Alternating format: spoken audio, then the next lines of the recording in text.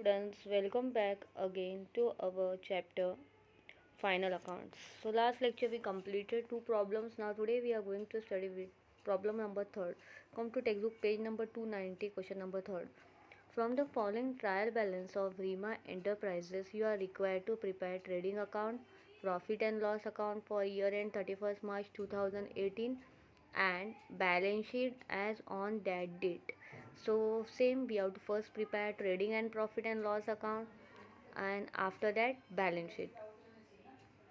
So first always first point we have to first opening stock opening stock will come in trading account debit side, capital liability, drawing liability, furniture asset, prepare insurance assets, debtors asset, creditors liability, purchase and sales trading account, plant and machinery asset, investment asset, factory insurance trading account, audit fees, profit and loss, carriage inward trading account, land and building asset, rent, profit and loss, reserve for bad debt, profit and loss, carriage outward, profit and loss, return. अब देखो return में mention नहीं किया है which return it is, purchase return या sales return. So whenever the return will come, purchase debit में होता है तो उसका रिटर्न आपको कहाँ मिलेगा, credit. So 9,000 is purchase return and 2,000 is sales return. Discount, profit and loss, commission received, profit and loss. So now adjustment number 1 we have to mark, write off bad debt 2,000 and provide 2.5% reserve for bad debts on debtors. So mark the adjustment 1 to debtors. Second, closing stock directly will solve. Third adjustment, provide depreciation on building and machinery. So mark building as third and machinery as fourth. Third only. So building जहाँ है उसके सामने third लिखना है आपको, और machinery machinery third. Prepaid rent prepaid, so prepaid के rent के सामने लिखो fourth. Outstanding carriage inward, so carriage inward is outstanding, so carriage inward opposite side that is carriage inward जहाँ है उसके सामने लिखो 5. So carriage inward fifth point number 5.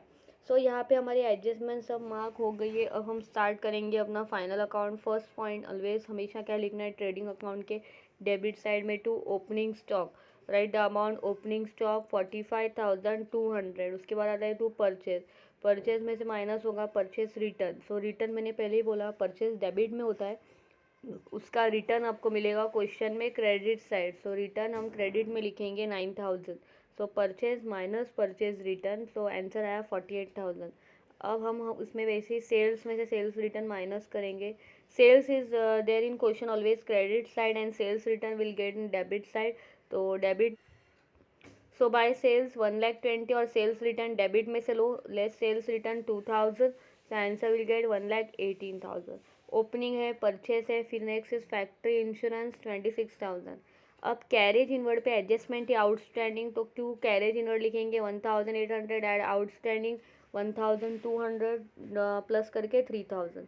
Second effect of outstanding will go balance sheet liability side, outstanding carriage inward 1,200. फिर उसके बाद closing stock एक ही बाकी है ट्रेडिंग अकाउंट में लिखना. आप क्लोजिंग स्टॉक की सेकेंड एडजस्टमेंट पढ़ते हैं.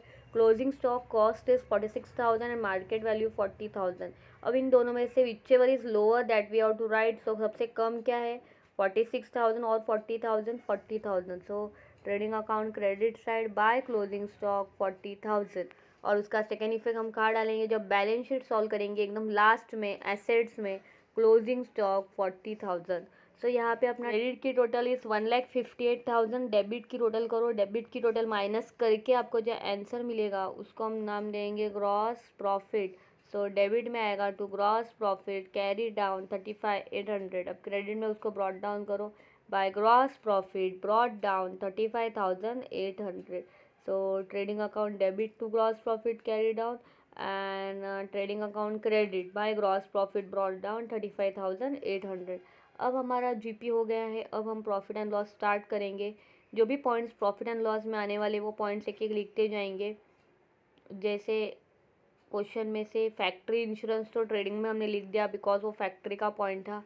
अब हम हमारे प्रॉफिट एंड लॉस के पॉइंट्स ढूंढेंगे। स्टार्टिंग से हमने मार्क किया था, जैसे ऑडिट फ़ी है, फिर उसके बाद रेंट है, रिजर्व फॉर बैड डेब्ट्स है, कैरेज आउटवर्ड है, डिस्काउंट है और कमीशन रिसीव्ड है।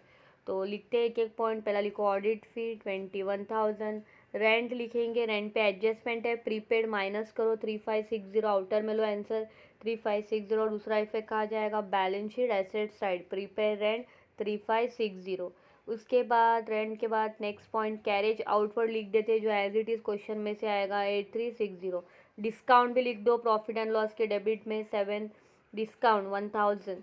अब प्रॉफिट एंड लॉस के क्रेडिट में लिखो बाय कमीशन रिसीव्ड 8000। अब हमारी जो डेटर्स पे एडजस्टमेंट है वो पहले कर लेते हैं। क्वेश्चन में डेटर्स की वैल्यू है 70,000 और एडजस्टमेंट नंबर 1 में बोला है बैड डेब्ट्स 2000। सो डेटर्स लिखो 70,000, उसमें से बैड डेब्ट 2000 हम करेंगे माइनस। सो आंसर आया 60। अब 68,000 पे 2.5% आरडीडी निकालेंगे। कैसे सॉल्व होगा? 68,000 इंटू 2.5 अपॉन 100। तो ऊपर जीरो कट, नीचे जीरो डालेंगे पॉइंट कट करके, तो 3 जीरो कट, यहाँ पे भी 3 जीरो कट।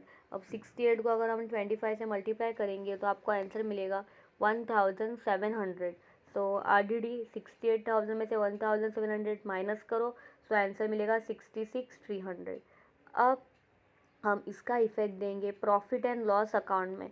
अब देखो प्रॉफिट एंड लॉस अकाउंट में हमारे पास पहले से आरडीडी कितनी है, ओल्ड आरडीडी क्वेश्चन में है, वो लिख दो 6000। तो 6000 ओल्ड आरडीडी है, लेस न्यू आरडीडी है।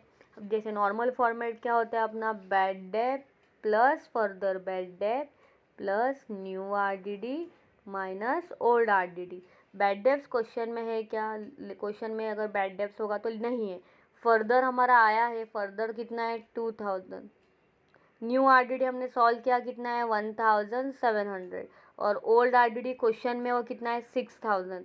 तो 3700 में से अगर 6000 माइनस किया तो आंसर निगेटिव आता है। अगर निगेटिव आया तो प्रॉफिट एंड लॉस के क्रेडिट में लिखने का, इसलिए यहाँ पे इन्होंने क्रेडिट में लिखा है 2300। अगर निगेटिव आया तो ही क्रेडिट में लिखने का, पॉजिटिव आया तो डेबिट में। उसके बाद ऐसी कौन सी एडजस्टमेंट्स है जिसके इफेक्ट प्रॉफिट एंड लॉस में आने वाले? डेप्रीसिएशन। तो बिल्डिंग पे 5% है और मशीनरी पे 10% है। तो एसेट्स में लिखो बिल्डिंग 1,40,000, उस पर 5% निकालो, 1,40,000 पे 5% 7000। तो 1,40,000 minus 7000 1,33,000। Same plant and machinery लो 50,000, उस पर भी डेप्रिसिएशन है 10%। 50,000 पे 10% निकालेंगे तो 5,000 आंसर आएगा। 50,000 माइनस 5,000 करेंगे तो 45,000 आएगा। अब इसका भी इफेक्ट हम डालेंगे प्रॉफिट एंड लॉस अकाउंट के डेबिट में। To depreciation on land and building and plant and machinery. So land and building का डेप्रीसिएशन 7,000, प्लांट एंड मशीनरी का 5,000। So total 7 and 5 total will be 12,000। So ये अपना depreciation आया plant and machinery का और land and building का। तो यहाँ पे माइनस करना और प्रॉफिट एंड लॉस के डेबिट में लिखना है। अब अपना प्रॉफिट एंड लॉस अकाउंट करते हैं। क्रेडिट की टोटल करो, डेबिट माइनस करो। क्रेडिट टोटल इज़ 53,100 एंड अगर हम डेबिट माइनस करेंगे तो आंसर आएगा 7180। ये आया है अपना नेट प्रॉफिट। अब बैलेंस शीट में आते हैं लाइबिलिटी में ऑलवेज सबसे पहला पॉइंट लिखने का capital. So write in first column 3 lakhs as a capital. Capital में ड्राइंग माइनस होता है और नेट प्रॉफिट प्लस होता है। तो नेट प्रॉफिट आया है 7180, प्लस करो और ड्राइंग माइनस करो एंड आउटर में आंसर आएगा 2,87,180। अब हमारे पास कौन से पॉइंट्स बाकी है क्वेश्चन में से? क्रेडिटर्स लिखो एज इट इज़ लाइबिलिटी में। उसके बाद आउटस्टैंडिंग कैरेज का इफेक्ट पहले ही मैंने आपको बोल दिया था। डेटर्स हो गया, प्लांट एंड मशीनरी हो गया है, लैंड एंड बिल्डिंग हो गया है। अब क्वेश्चन में देखो कौन से एसेट्स बाकी है। प्रीपेड इंश्योरेंस बाकी है, वो लिखो एसेट्स में प्रीपेड इंश्योरेंस 1770। उसके बाद कौन सा एसेट्स बाकी है? फर्नीचर लिखो as it is from question. Investment और क्लोजिंग स्टॉक मैंने पहले बोला था, ऑलवेज क्लोजिंग स्टॉक हमें एंड में लिखना है। सो फाइनली यहाँ पे अपना बैलेंस शीट अभी ख़त्म हो रही है। बैलेंस शीट को क्लोज करेंगे और लिखो 4,17,630 से बैलेंस शीट हो जाएगी tally. So here we completed our problem number 3। So I hope आपको लेक्चर समझा होगा. So next lecture will move with next problem. Till that time work hard and wait for my next lecture. Thank you.